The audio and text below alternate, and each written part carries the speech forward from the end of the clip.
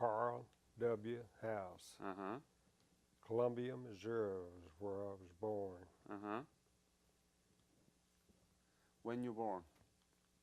8/23, 31, which makes me pretty close to 83. 83? You're right. You are in the group of young Korean So War veterans. I've been told several times, Yeah. and I've had some difficulties because of that to get my disability through. They always thought I was younger than what I was. Oh, you look too young. Well, that and healthier than what I was. I had heart problems, surgery many times. My mother and dad, my dad passed away when I was quite young. Oh. I was 11 years old when my dad passed away, and it was from the First World War wounds that took his life. Oh. And it put me in a bad situation as far as the financial structure of our home. Made it hard, for me. But and it was hard to get established where we could really go to school like I wanted to. So I didn't finish high school. Oh. And that's the reason I enlisted in the service. I thought I would get to finish my high school. And after I finished basic training, the Korean War was going on. Mm-hmm. When did you join in Army? Yes. When was it? March the 3rd of 1950. And where did you go to receive basic military My training? basic training here at Fort Knox. Fort Knox, Right. Kentucky? Right. Uh-huh. And what was your specialty? Infantry. Infantry. Yeah. Because I just finished basic training, and right out of basic, I went to Japan and took another month of training and amphibious training to make the Incheon landing. When did you leave for Japan? In July. My mother was in the hospital for surgery. I had to get a delay en route so that I could be there for her when she got out of surgery, and also to give her a blood transfusion. Oh. From, I had the same type of blood. You're right. And so that put me getting into Japan probably about the first or last of July. Uh-huh, uh-huh. So you knew that Korean War broke up before you left for Korea? Yes. I mean, to Japan. Right, right. What did you know, and did you know anything about Korea before? No. Nothing? I'd never heard of it till I finished basic training and they gave me my orders. Uh-huh. What do they say about Korea? They just said in my orders I was going Far East Command, which I went to Japan, and then it was after I got to Japan that they told me that I was going on to Korea. And of course they were planning, and there wasn't anything said about the Incheon landing that we made, beachhead there. There wasn't anything said about that until we got on the ship to go there. The Marines, the 7th Division, and the 1st Marines, and I don't know, it's been so long, a lot of things I tried to, and this is going to be hard for me because I tried to forget a lot of the things. So after this many years, I can't remember everything in detail. But did you try to forget? Oh yes.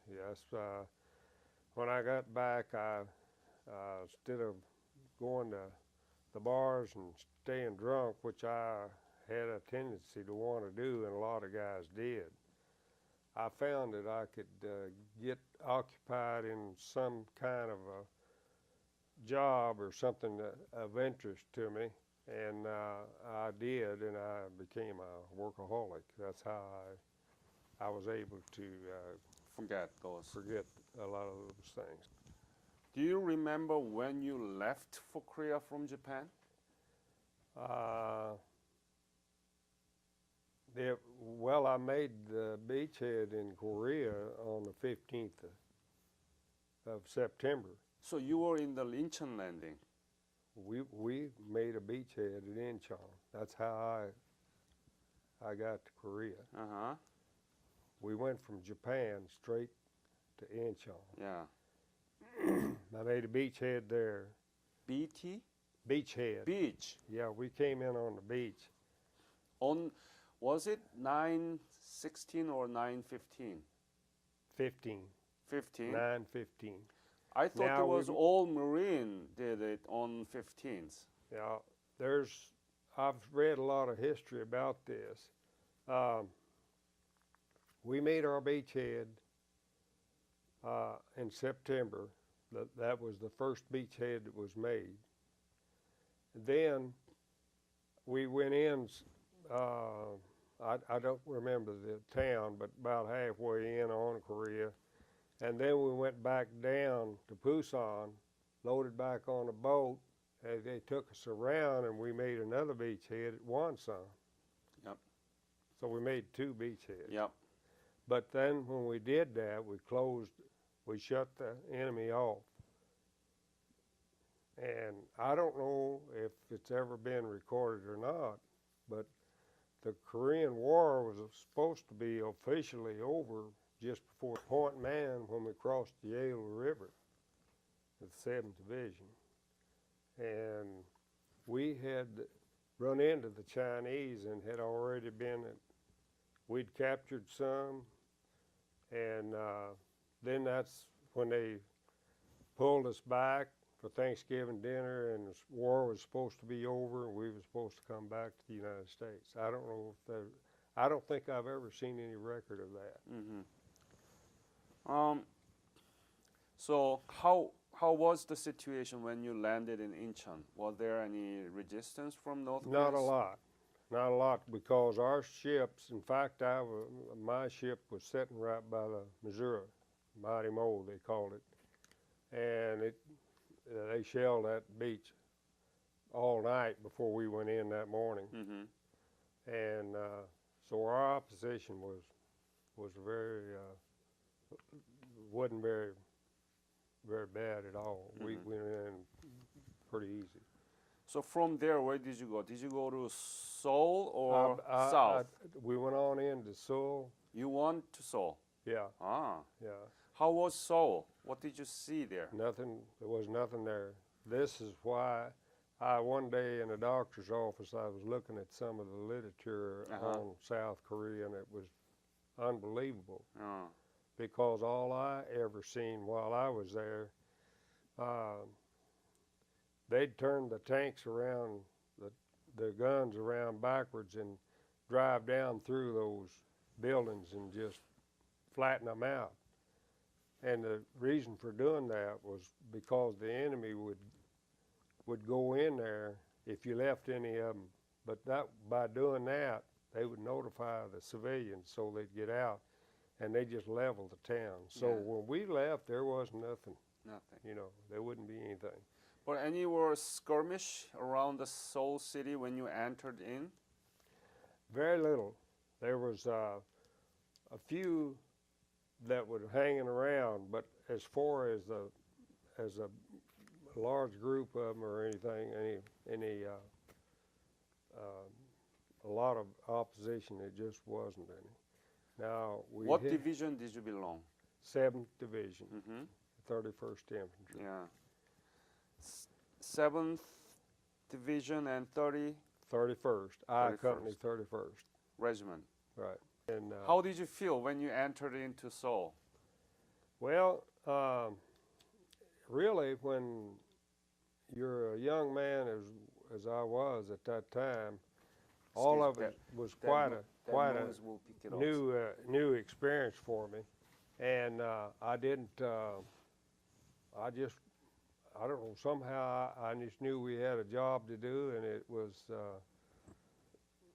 It wasn't anything that really bothered me or anything. We just knew we had a job to do, and we just went in and took care of it. And there wasn't anything there. I mean, you know, the only thing that stood out to me that was really bad, first night in, you know, we had some South Korean soldiers with us that was signed with us. So we had difficulties a lot of time communicating because, you know, it was our language was just broken, you know, and we just more had sign language more than anything. But my first night in my first foxhole I spent with a North Korean because we couldn't tell them apart. And I didn't know that. You were in the same foxhole? Yes, and see, he was a spy. And I would not have known it, but the South Korean in the next foxhole over got enough communication with him that he found out that he was. And he called in some other soldiers there, and they got him over to the side, and they had a little interview of their own. You might have been killed. Right, and I was really shocked when I found out that then I had another South Korean that came in with me, and he explained to me what had happened. I had no idea of it, but the South Korean soldiers took care of him. So where he went or what happened to him, I don't really know. Were you from scared? that time on? Well, it kind of got to you when I realized, you know, I couldn't tell them apart. Yeah. You know, they all looked the same, and so I had no idea, and it wouldn't have, but the soldier next to us. And I don't know just exactly how but he had talked to him. They talked back and forth, and he found right away that he was a North Korean. Because dialectic. And, right, you know. right. Did you see Korean people around the city? Occasionally, yes. How was that? Well, it was terrible. Some of them was, you know, their homes was destroyed. They were trying to live on whatever they could find. It was a terrible thing. War is for any place. It always is. And I think one of the hardest things, at first when I got to Korea, I was kind of didn't like it because I thought, why am I way over in this country? Exactly. And why? You know, and I thought, and I wasn't expecting that because I thought I was going to finish my education, and that's what I went into service for. But of course, I found that the main thing I was in there for was if we had war, that's the first thing you take care of. So, but after I got over there, I was pretty upset. I got to thinking about, you know, every once in a while, I've got myself into a terrible situation. Terrible situation. And I thought, man, I don't know whether this is the right thing or not to be way over here, you know, fighting a war that I didn't really understand that much about at that time. But what really opened my eyes was just shortly after that, they put us up on a mountain. We had a small airport that enemy was trying to knock our planes out. We had liaison planes. It was a small airport. You mean in Seoul? Seoul area? I think it might have been. Gimpo. See, it was hard for me to remember exactly where it was. But I remember our squad had orders to go up on this mountain and to keep an eye out for this airport so the enemy couldn't fire on our planes, our little liaison planes. So I I while I was up there on that mountain, we run into some enemy, and in the process of all of it, we the next day was after them and took care of some of them, and then we got to finding some civilian girls that they had done some terrible things to and had murdered, and that really opened my eyes at that time. I guess was the eye opener that really made me realize that it was a necessary thing to be there. And my mind goes back to that because I thought then when that happened, I'd rather be fighting the enemy over here than I would in my backyard and see my sisters and my family in this kind of a predicament. And I realized how serious it really was at that particular time when I, seen all this and analyzed it. Oh. It really opened my eyes to, and I didn't mind then being there. Wow, that's a very eye-opening statement that you had. I mean, thank you for being honest. That why should I be here in a country that you never heard of it, right? A young man, I wasn't but 18 years old. Right. And like I said, I was planning on finishing my education, and I wound up in taking beachhead training, which was pretty strenuous. That took quite a bit of training, to get ready for that beachhead. And we didn't know, it was unknown what we was going to be facing when we climbed down that side of that ship and with full field packed, all the ammunition and everything, to go in. Where did you go from there, Seoul, to where? Well, we went south. And back down to Busan, and then we regrouped. No. From Seoul, you didn't go to Pyongyang, but you got down to Busan. Right. Okay. But there's some of the other soldiers went on. I don't know how far they went, but we moved into Korea about halfway in, I'm guessing, and then we went south. Okay. Took the enemy out of that area, and then we loaded back on the ship and went around to Wonsan and come back in and regrouped with our troops there, and we had them shut off. That was just before Thanksgiving that all happened. What did you see when you landed in Wonsan? Was there civil resistance? No. Not at all. And I give a lot of the credit to General MacArthur. Mm-hmm. I've heard a lot of people that didn't like him. They thought he was, I don't know. I've heard several things about him, but I thought a lot of him. Uh-huh. I don't believe that we've had a general as good as he is since.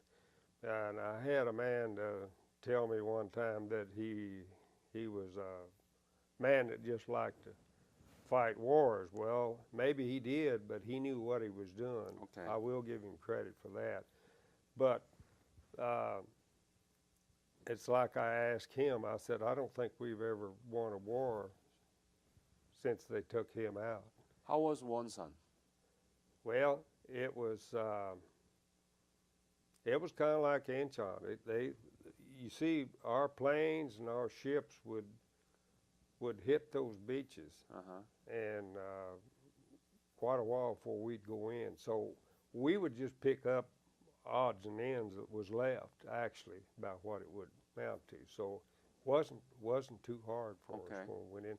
And the first Marines would usually hit the beach before we would sometimes too. So that way we didn't really know quite what was going on, but they moved pretty fast, and there wasn't really that much left when the ships and planes got through. So what happened to you? Did you go up to the Chosin Reservoir? Yeah, well, that's where I got captured. Tell And, me about it. How you were captured and when you were captured. well, see, before I went to Chosin Reservoir, um, they had pulled us back, and that's when I had crossed the Yale River, just before Thanksgiving, and they stopped us, pulled us back, and I don't recall. I'm sorry. I think You landed in Wonsan and right. then you went up to Yalu River. We went all the way up over. I went across the Yale River. I was front man when we crossed the Yale River. Yalu River. Yale.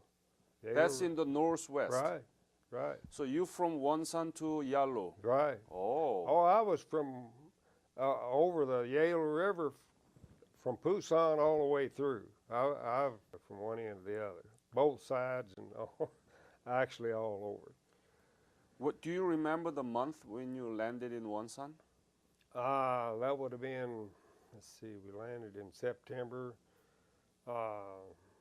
Probably October. Early October. Yeah. And then you went up to Yalu River. Right. And then came back to Changjin? We came back. I don't see me like it's Pyongyang. Yeah. That we came back for Thanksgiving dinner. Right. And then we were supposed to load on the ship to come back to the States. Yeah. But they fell us out the next morning and told us that they had some problems up front. Uh-huh. And we had to take care of. It wouldn't take a day or two. And so they loaded us on a truck. We traveled I'd say from 4 daylight that morning till after sometime that night, because we got to the Chosin Reservoir. Mm-hmm. So whatever distance that was, that during that time was the little town that we stayed in, and I'm not real sure what that town was. But anyway, we landed, when they unloaded us out of those trucks, we were at the Chosin Reservoir. Uh-huh. Now, I don't know who made the mistake, but when we got out of those trucks that night, they told us that not to worry about anything. We could have coffee if we wanted it, make us a fire. There was no enemy around. For at least 15 miles. The liaison plane had checked the area all over. There wasn't anything around to worry about. And that night, before I crawled in my sleeping bag, I looked around that mountainside, and it looked like a small city with all the little fires around, people making coffee and visiting.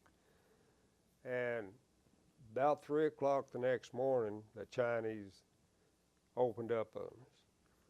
And what we did was moved right up in a horseshoe circle.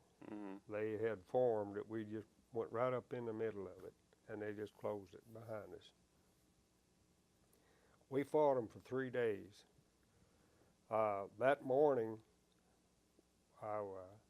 some reason, I knew that it was necessary to get back to the artillery, which was down in the valley. And I had in mind if we could get back to that. And we fought our way back down into that valley.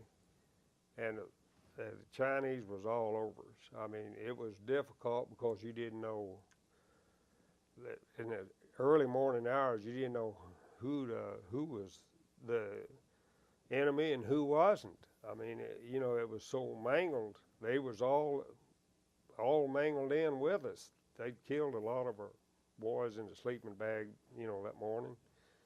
And anyway, we managed to get back down to where this artillery was. And I remember asking if anybody knew how to fire those, I believe they were 105s. And this one guy said, yeah, I can. And I said, well, we better get it going, because the Chinese were just swarms of them. We could see them coming. And that guy, he knew what he was talking about, because he put them shells where they needed to be. I'm telling you, there's no telling how many that we killed that day that these big shells would hit, and it just seemed like it'd make a big hole in the group, but they just close it back up and just keep coming. And that went on for 3 days. We fought them there before we run out of ammo. They made an airdrop into us, and it missed. It fell in to the enemy over the mountain, and we didn't get it. Well, the next morning then they said, well, we're going to have to try to make it get out of here, get back.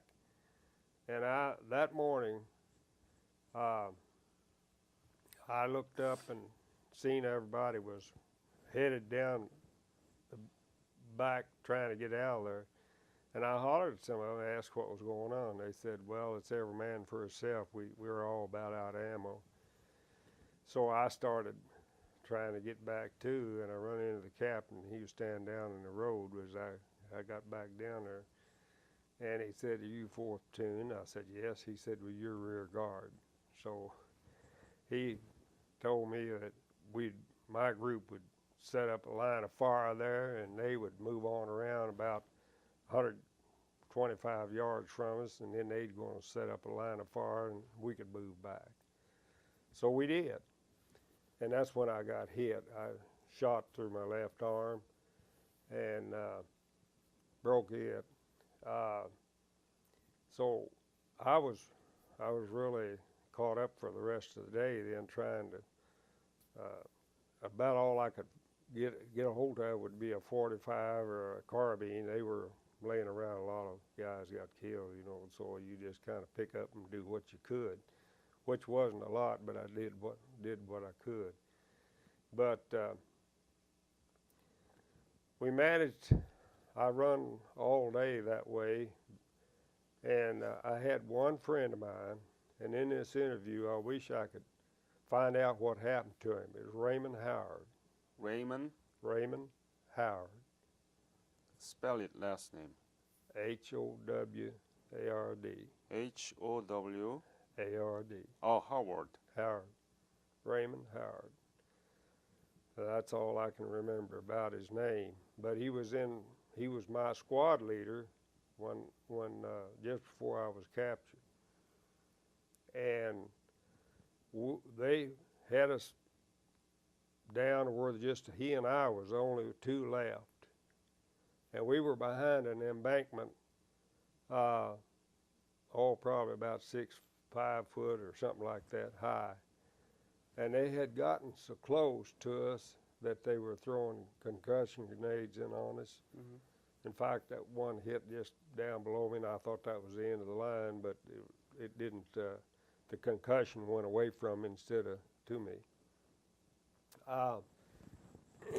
Then he said, if you can, we had a little valley that we needed to cross to get out of there. He said, if you can get across that valley and hold a line of fire till I can get over to you.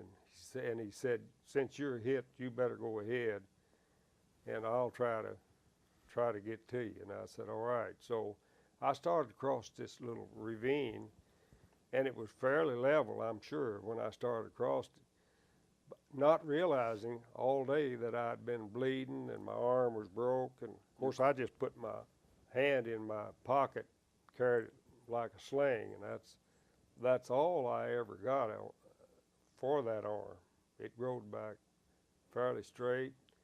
I had a lot of trouble with it all the way through prison. But I managed to I started out across that valley, and it seemed like I was running up and down the little hills, but I didn't realize it, but I was passing out. I had lost so much blood and getting pretty well out of it. And I fell. And when I did, that was the last time I'd seen my buddy, Howard. I don't know whatever happened to him. I don't know if he got killed. But he was a pretty sly fellow. He might have got out of there. I don't know. But I never did see him after that. But I fell, and for just a few minutes, I was out. And when I kind of come to, I could hear the feet, you know, the Chinese running on the frozen ground. And I thought, well, if I could just lay still, maybe they'll go on by me and then I can get up and go. And so I did try to do that, but you know, at 30 below zero, you can't, and I couldn't hold my breath very long. And when I had to breathe, they could see pretty well that I wasn't dead. So I got a bayonet in my back and told to get up. And from that point on, I was a POW, and there wasn't much I could do about it. So, do you remember the day that you were captured? the 30th of November. Wow. So, how do they Chinese treat you?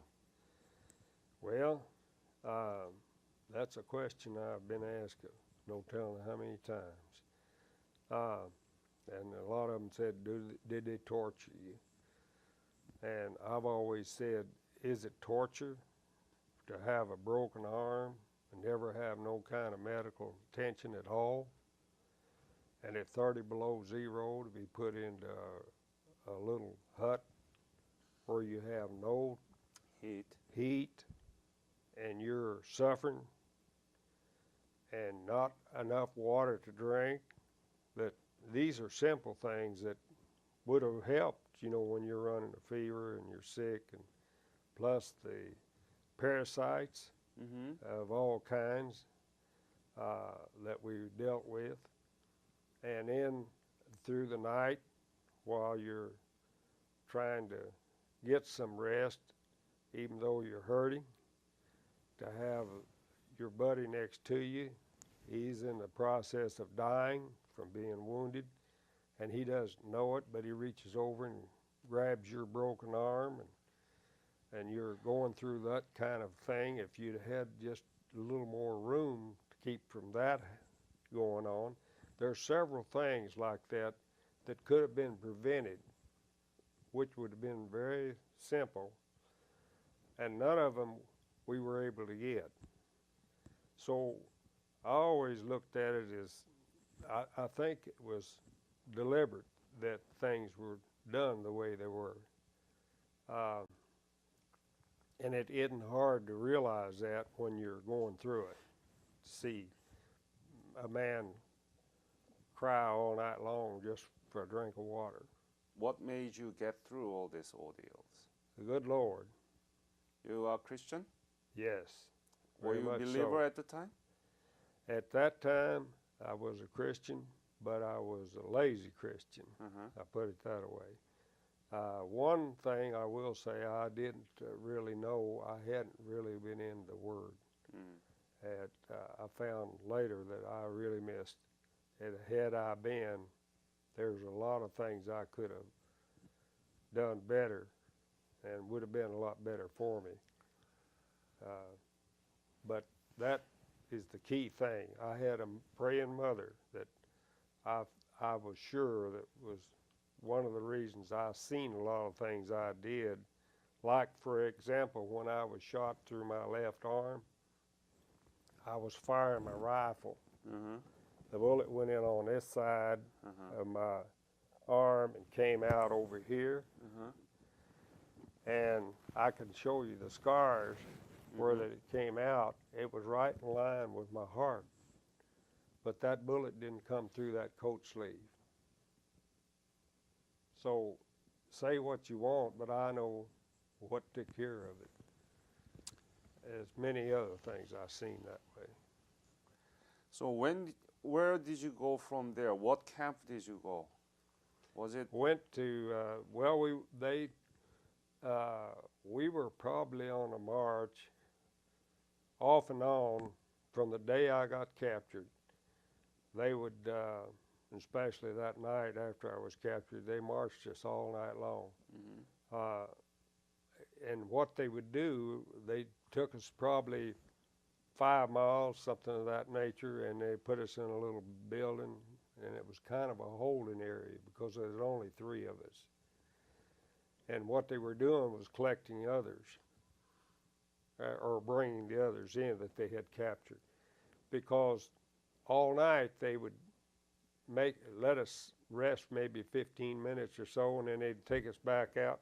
We didn't realize, we thought we were going somewhere, but we'd go out on a mountain somewhere, and what they were doing was keeping us tired, beat down so we wouldn't do nothing.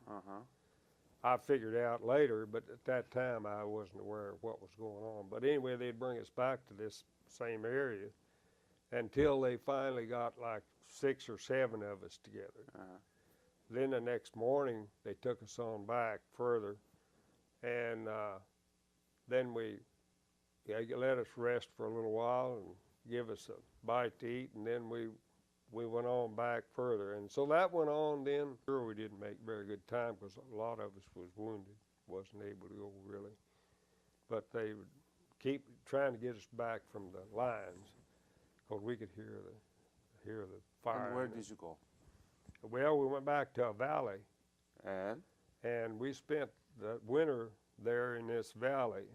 I never did know what valley it was, but I called it Death Valley because they said that, I don't really know this, I have nothing to verify that it was, but they said it was 1,600 prisoners died there that winter. And I know they had a burial ground up on a hill, a big hole, and there was a lot of bodies in there. You know, once in a while you'd get a burial detail where you'd have to help carry a body up there and put them in that. Have you ever been brought to any camp? Then in the spring, they took me on back. We started in February, and it was May. We were on a march going back to Camp 5. And when I got to Camp 5, I stayed there from May till, I don't know, but I believe it was the next year.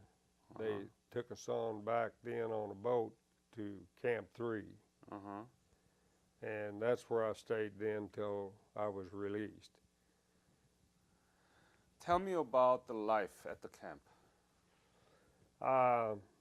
Well, we didn't, we just had a small room, and they always had us full, all the bodies that they could get in there. How many in a room?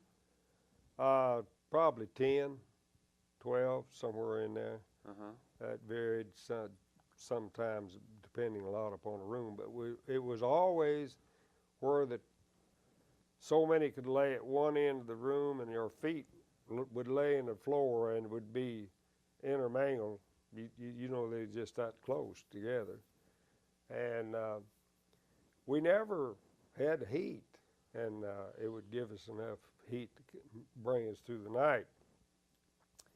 Now, we were stronger and healthier through those first 2 winters. That's what pulled us through, I believe, in that kind of weather. But the following year, it was good that they let us have some heat because we had lost so much weight. And when I say lost so much weight, they had started giving us a little better food just before they released us. When they found out they was going to release us, they started giving us a little more food. And what was the most difficult thing during your camp? My most difficult thing was food. We just didn't have any food to speak of. What little we had was seemingly to be what was swept up off the floor because they had every kind of, there was rocks, glass, rat droppings, you know, and all kinds of stuff in this rice that we would get. And a lot of guys they just couldn't eat it, and they would give up and die. That's why we lost a lot of men. We did. That was, and 24/7, when you'd go to sleep at night, you would dream of those birthday dinners, anniversaries, and all those things. You would wake up in the night thinking about that food that you had enjoyed before you was captured. So that was the key thing. And then also, all the time I was a POW,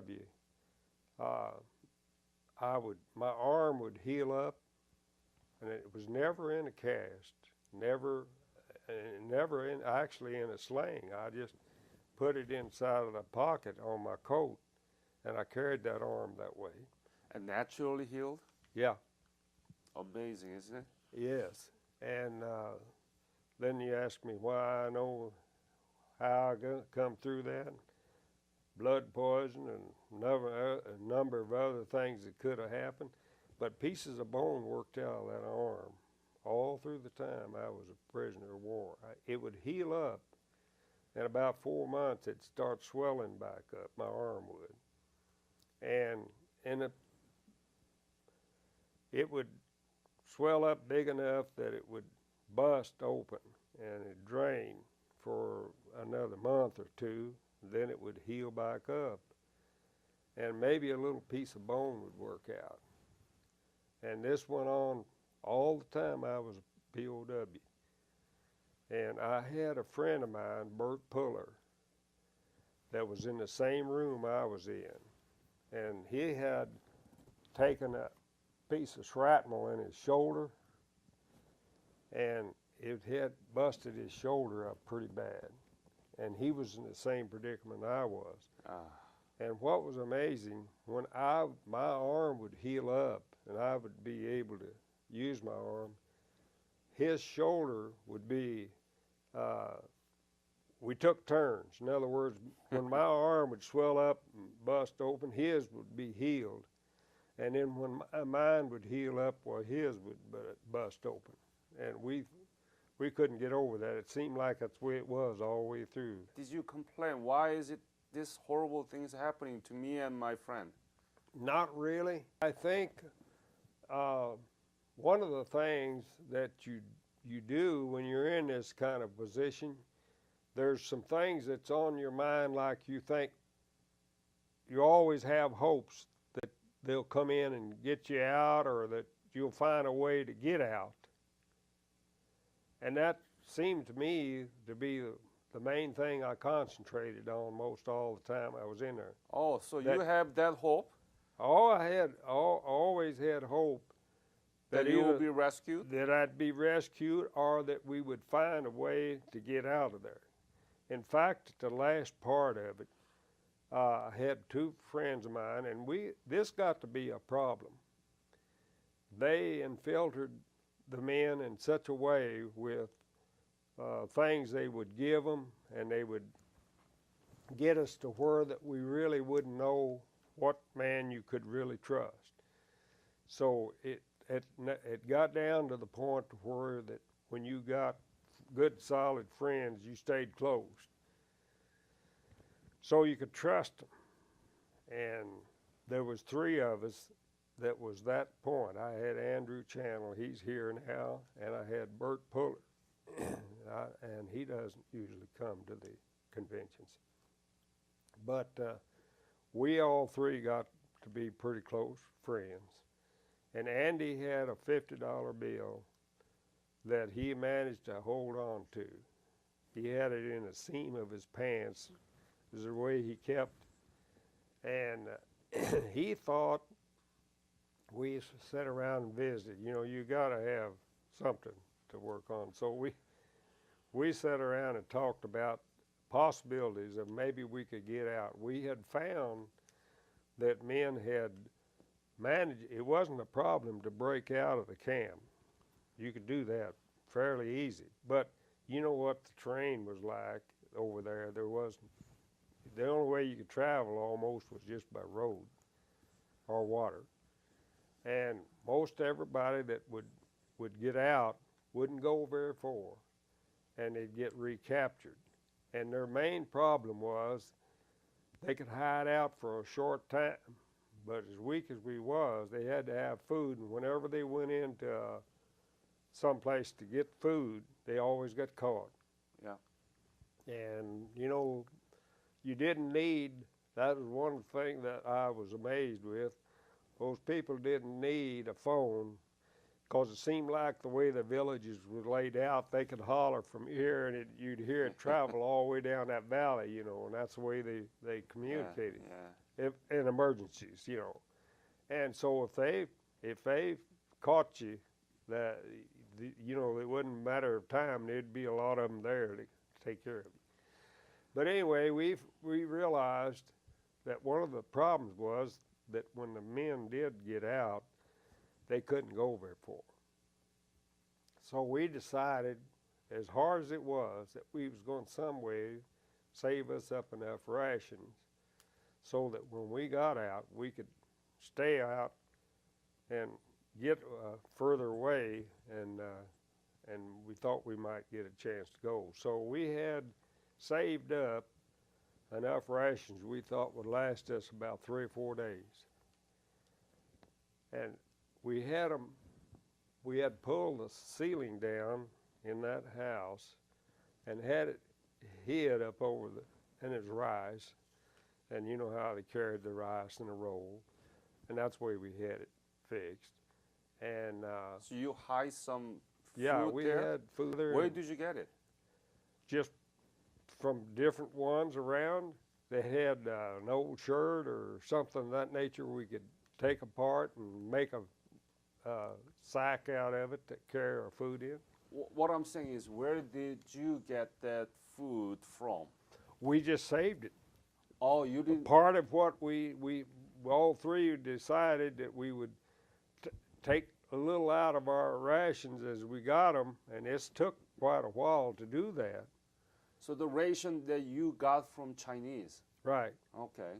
So we would just save a little of it, and all three of us did this. Out of that small? Right. It wasn't very much, but we did this because, I mean, you know, like I said, you was hungry 24/7, and so it was hard. It was hard to do, but we did. And the thing of it was, after we saved all those rations, and we're thinking about trying to make a break, get out of there, I'd say probably about 3 days before we were getting ready to leave, they fell us out, and they would do this occasionally. I think they knew that different guys would do that, see, and they would just fall you out without any notice, and then they'd change buildings on you. Boy, we were really concerned about it, and that's when we found out that something was going on about our being freed. Oh, I see. Because they found our rations. We seen them when they took the rations out and seen them going to headquarters with them. And they knew that they'd know it was some of us in that group. So we were thinking that we were probably going to get in trouble over it, and we'd have to tell who it was because they would torture everybody in that group till they found out who it was. So we figured we'd have to tell. But to our surprise, they took the rations out of there. They didn't do anything. When were you released? It would have been probably about the 25th of August. I was in the first group because my arm was swollen and was draining again. I was in the sick and wounded that was released just, right after, about the last of August, because I came across the line in the 1st of September. Oh, you crossed the line? When did you cross the line? Well, they about the 1st of September, but I don't remember just what day it was. So, August 25th, you mean you left the camp? Right. Okay. Right. And what were you thinking? Well, didn't want to get too carried away because we didn't know for sure.